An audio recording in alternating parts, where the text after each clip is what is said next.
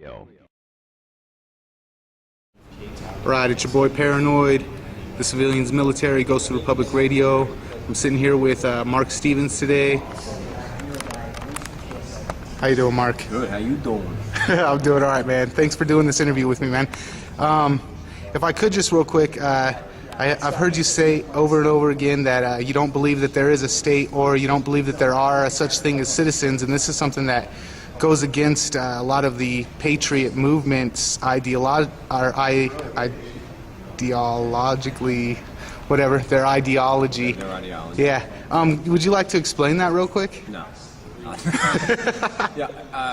This is something that, through experience, it's not just an academic effort. This is something that I've done through experience. So the easiest way to show is that the state is not geographic, it's political.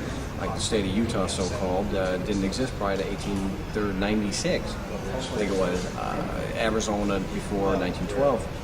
It's political. It's a body politic. And talk about it being a body politic and a body corporate. You know, a corporate or a corporation is just a figment of the imagination. I mean, that's legally, it's a figment of the imagination.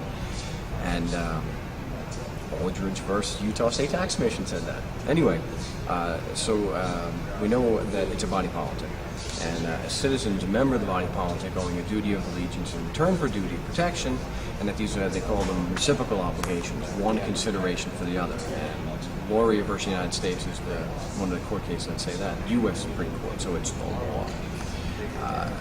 We know that government has told us openly and notoriously, I think that's the phrase, that there's no duty to protect anybody.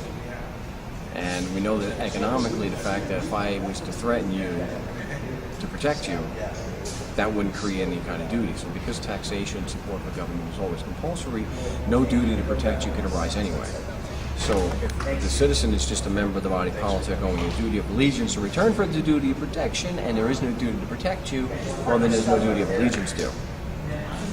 All right. Okay, so that tears apart the presumption that there is a relationship. Uh-oh. Boy, that's good. I didn't do it. Hold on one second. We got a fire alarm going. All right. We're going to continue now. Okay. Marc, if you could, I know that you do a lot of stuff in the court with traffic tickets and IRS stuff and other things like that. And I've seen some of your videos and I've listened to some of your audios about how you basically question the legitimacy of what's going on and basically back them into a corner where they have no choice but to dismiss. What are some of the questions that you might ask in your own personal exploits that have yielded those results for you?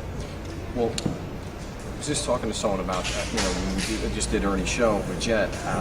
Very easy way to go about it is you want to know the process is. Don't try to get them to violate the law or contradict the law, because no one's going to believe you anyway. As much as I hate the IRS, they're not going to believe you or me. They're right. They get to the IRS. So I get them in their own words to tell me what the process is. And so this tax agent with the Franchise Tax Board in California, I get stuck. I work with them all the time, and I have him first telling me that he has the authority to throw an assessment out. That's very important. Don't waste your time really talking to somebody who can't get the assessment thrown out. But go to someone who can. So once you know that he can't come back later and say, well, you said. Then you want to know what the process is. What are the grounds to get an assessment thrown out? Just ask him point blank. It doesn't matter what the Supreme Court said. Get what he said. So he tells me, if we we're convinced that there's no evidence, we'll vacate the assessment. Okay.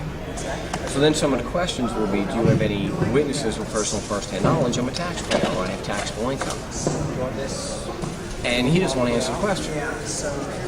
So he's basically yelling at me at this point. It's only a couple minutes later. We don't need evidence. So now you've got him contradicting himself. He said that if they were convinced there was no evidence, that they would vacate.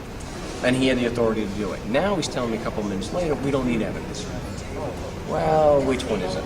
So to me, that's a very simple way and a very effective way of going about showing, and you don't have to go, oh, you violated the law, or the Supreme Court says did.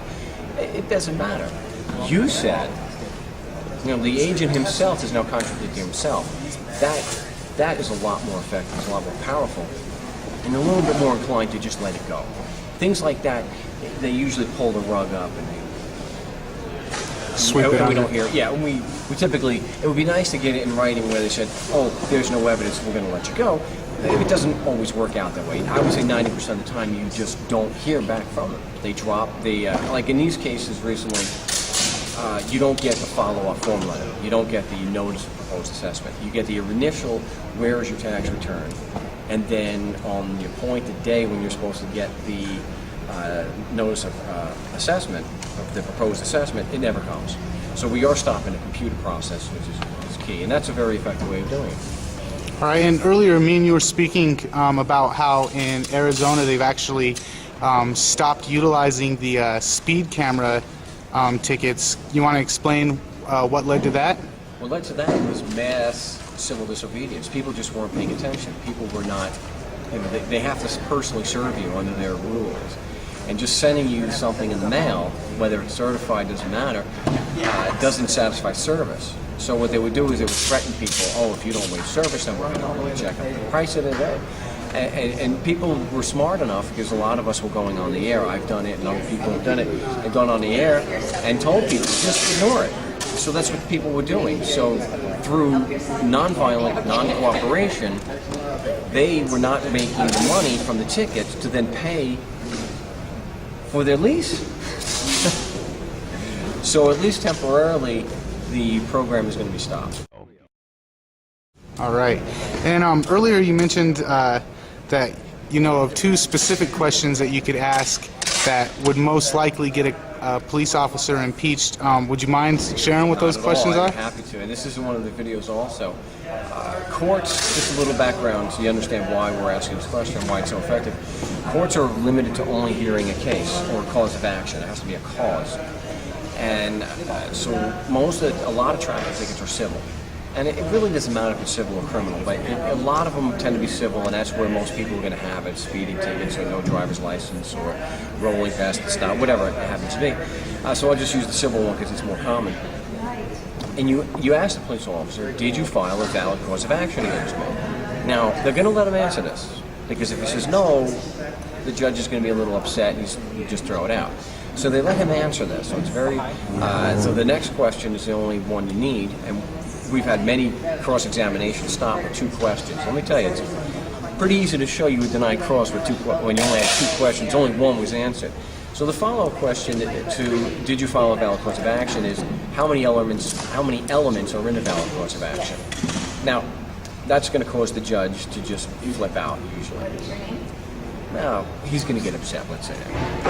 And he's going to, in his zeal to take what he thinks is your money out of your pocket, he's going to say the witness is not competent to testify. Or that calls for legal conclusion, the witness is not here to do that. Well, the first question required a legal conclusion because he said, I followed a valid cause of action. And so he's impeached as a witness. It just means that his testimony has to be stricken. The judge cannot consider him as a credible witness. It doesn't mean that it always gets thrown out. It would be nice if it did, because almost 100% of the time, at least for me, we've gotten the judge to say it was incompetent. So that's a nice, clean, easy way. No need to get into the merits or anything like that.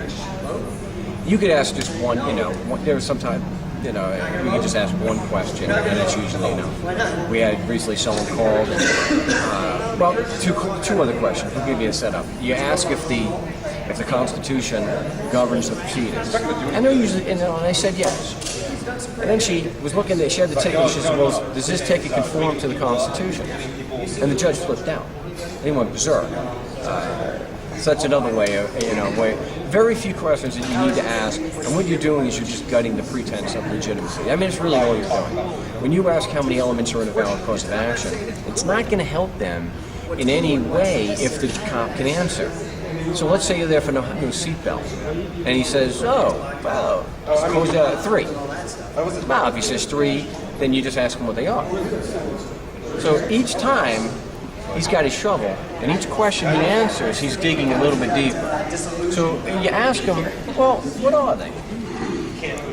And then if he knows, he says, that's injury, damage, and redressability. Where are those three elements in the ticket? They're not. An injury would basically mean that there was proof that there was a legal right that had been damaged, correct? Violated, yeah. Okay. So what you have is you have a corresponding, there's a reciprocal, sort of like with a citizen, duty to protect and duty allegiance, just the reciprocal. You have, rights are typically not unilateral, they call it. There's always a corresponding legal duty. So let's say between us, I have a right to life, liberty, let's say a right to life. You have a corresponding legal duty not to take my life. So it's the violation of legal right, you're absolutely correct. It's also the breach of a known legal duty. Okay. And I know that on your website, you've also got available for people to get a list of like, I think it's like 4 pages full of questions to basically ask if you get the opportunity. Where can people go to find some more information about you and more information about what you're doing? Well, it's marcstevens.net. That's M-A-R-C, Stevens with a V, marcstevens.net. And actually the script is about 14 pages. 14 pages, But it's wow. not, it's like I tell everyone who buys it when we do the show, the No Stay Project, you're learning a process. I don't want you to just take a script and read it verbatim in court. There's 13 more pages than you need. But you're learning a certain process. So when you're going in, you're questioning, if you're in a tax assessment and you want to show that there's no evidence, it gives you a roadmap to get there. How do I get you, my witness, to admit that there's no evidence?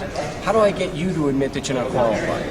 And so it gives you the process. Not that it gives you, in every instance the questions to ask, because there are infinite instances and you only need to focus on a few anyway. But it gives you the process no matter what it happens to be. So people who have read the script will not typically say to me, wow, these questions work really good for income taxes. What about property tax? Because you'll understand the process that it's all the same thing. And so you figure out, this is my goal, this is where I want to go, and this is where I am. How do I get there? Boom, this is how you do that. Awesome. Well, thank you very much, sir. I really appreciate you giving us this time. One more time, it's marcstevens.net, and that's with a C, M-A-R-C. All right, everybody checking out this video, go to marcstevens.net, get some more information. I really appreciate it. We're coming live from the Axiom Conference in Utah 2010, and I had the wonderful Marc Stevens. Thank you, sir. Thank you very much.